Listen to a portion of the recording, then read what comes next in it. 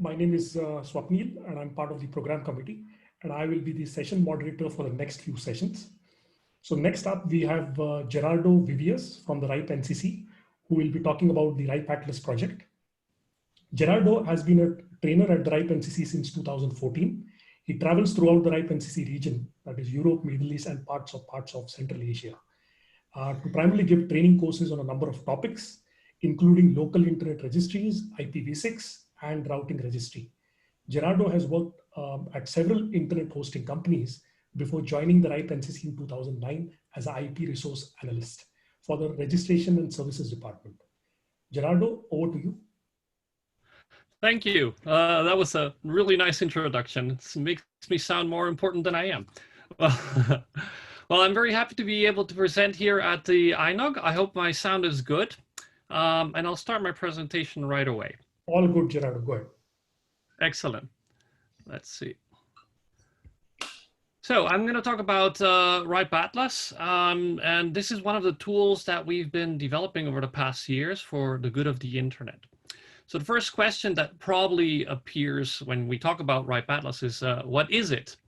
And basically, we like to define it as a global active measurements platform. And this is a tool that people can use, network operators or researchers, anybody around the world, to do a measurement on the internet.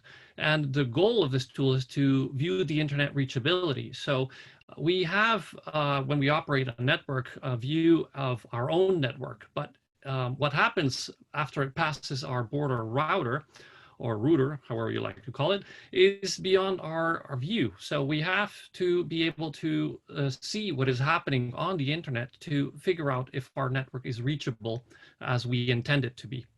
The way this works is by using probes, these little devices that we've distributed, which are hosted by volunteers. So people who participate in the RIPE Atlas platform have a probe or maybe several probes on their network, and they allow the users of the RIPE Atlas platform to use these probes to make the measurements.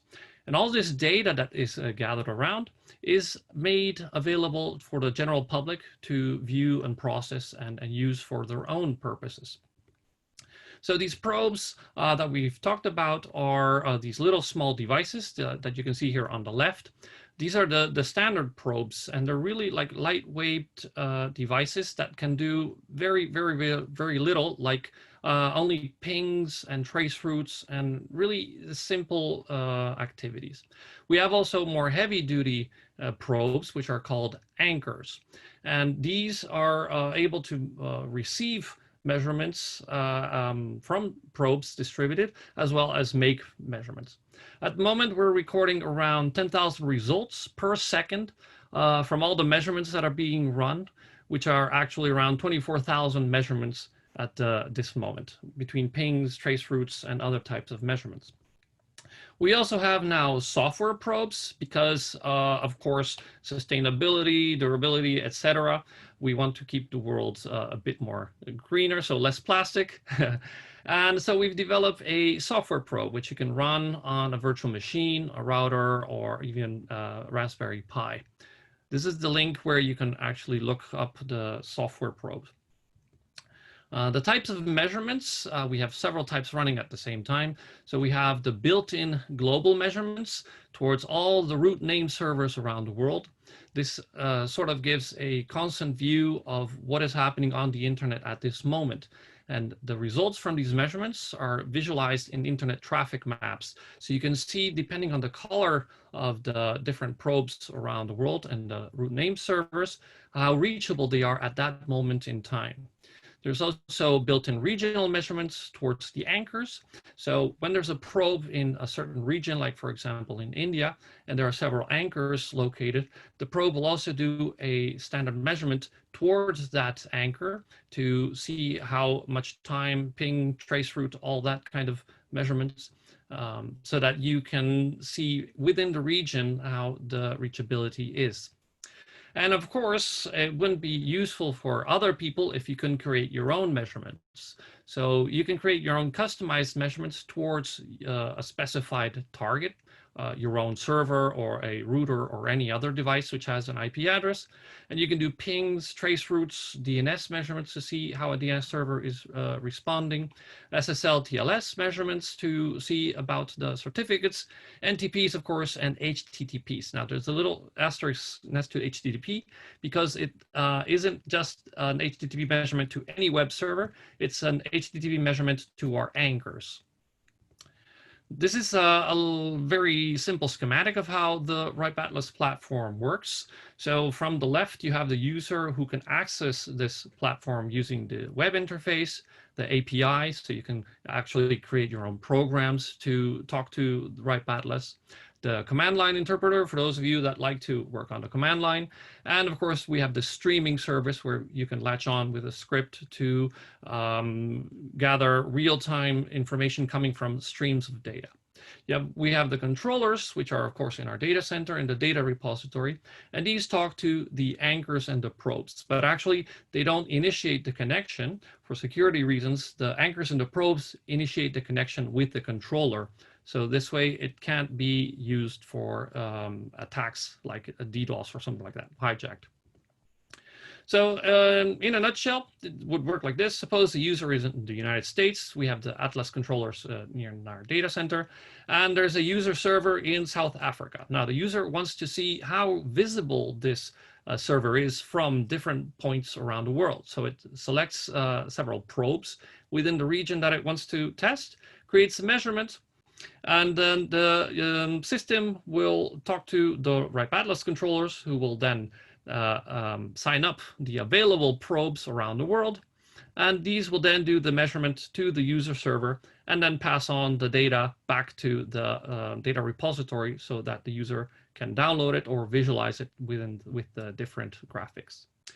So what does it do? I just said it in a nutshell, but what you do is measurements. And to create a measurement is really 1, 2, 3 easy.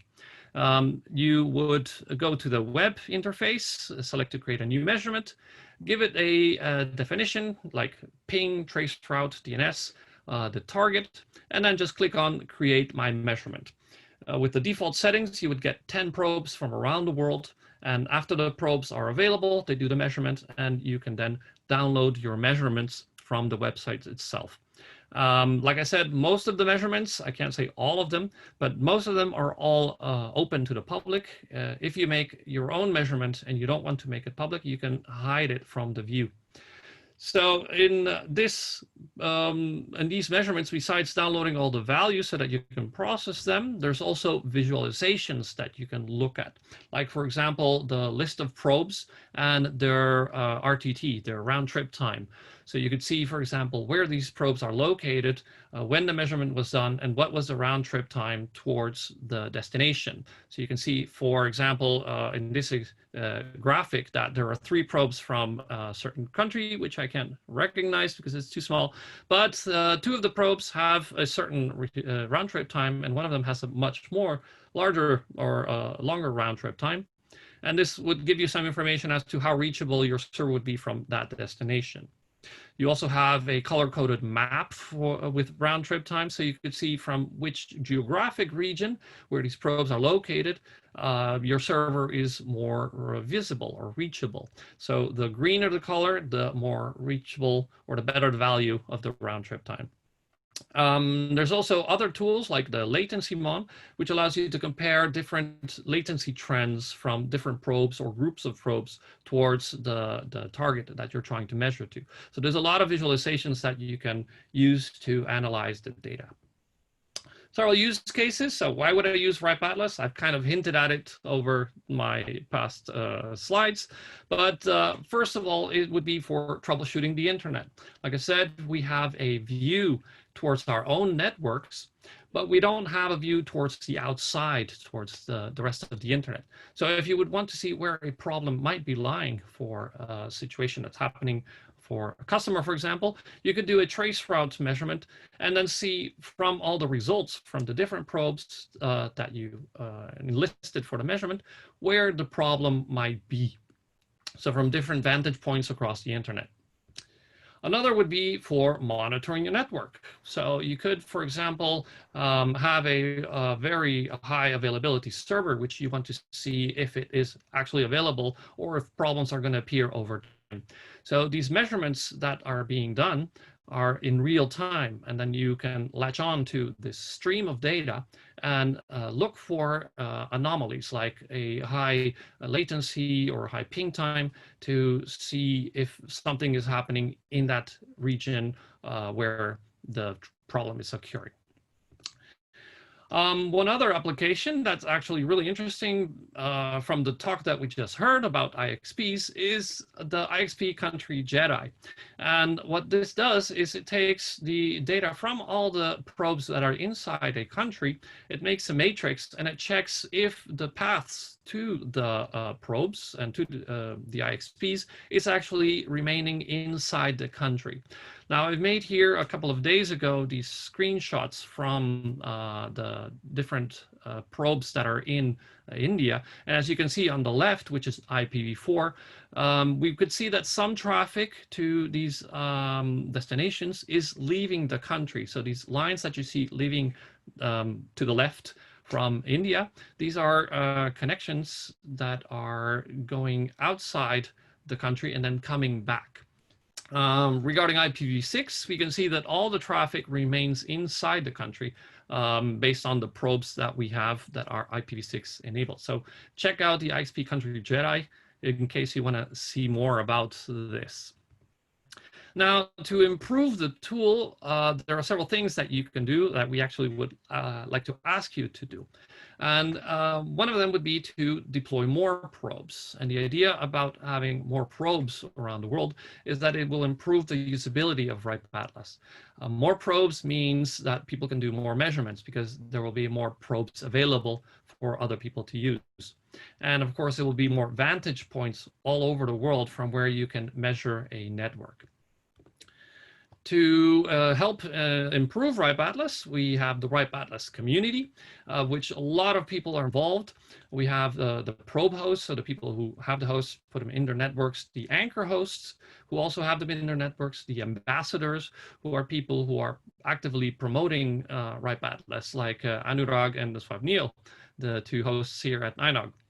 And of course, we have software developers, people who are constantly looking at the software. It's open source, and you can see that there's nothing tricky hidden in there.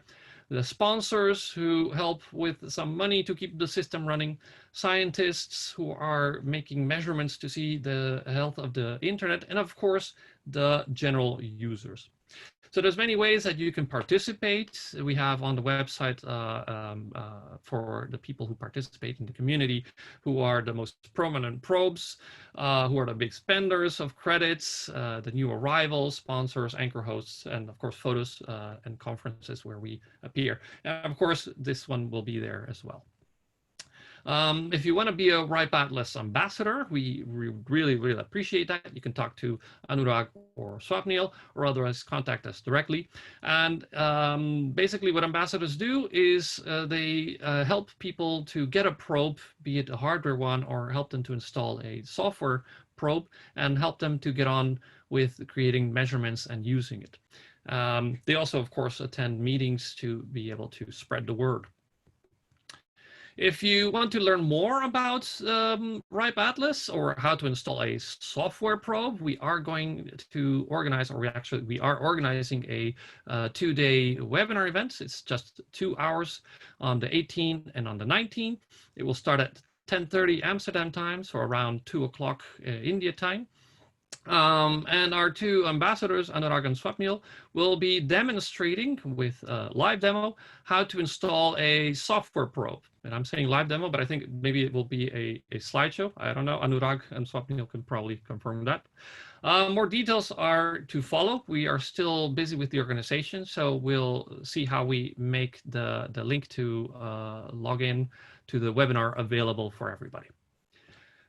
And that's it for my short presentation. If you have any questions, you can ask, of course, our ambassadors. And otherwise, send them to atlas@ripe.net, and the Atlas team will be more than happy to answer them.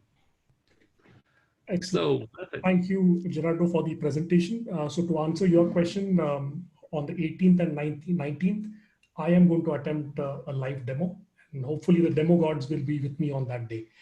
But let's see if you have any questions for you for today. So to begin with, Mahesh from BSNL has a question. Is there an API available to the users if one wants to integrate with their tools? yes, there is an API. The RIPE Atlas system allows you to create an API key, which you can then use in your scripts or in the system to authenticate against the system. And it allows you to create measurements, download measurements, stop them. So do anything you want to do through the web interface, you can do it through the API. Great, thank you for that. So in the meantime, participants get an opportunity to put questions in the Q&A. I have a question for you, Gerardo. See, in the context of India, can you share the number of probes that are active at all times? According to you, is this so? Based on the number, according to you, is this a sufficient number to measure the internet in India? Well, for us, it's never enough. The more probes that we can have, the better. India is has quite a large internet network, and there's lots of users. So having the more probes we can have in India, the better, because this will allow you not only to make more measurements, but also allow people around the world to see how visible their network is from India. I don't have the exact number of probes. I can try to find that out, but our position is we can never have enough probes. Okay, so the exact number is 87. I just ran the script to find out the number of probes active at this point of time. And as you mentioned, this is quite a small number for the geography as well as number of networks within India. Great. So I think I will let you go. Thank you so much for the presentation.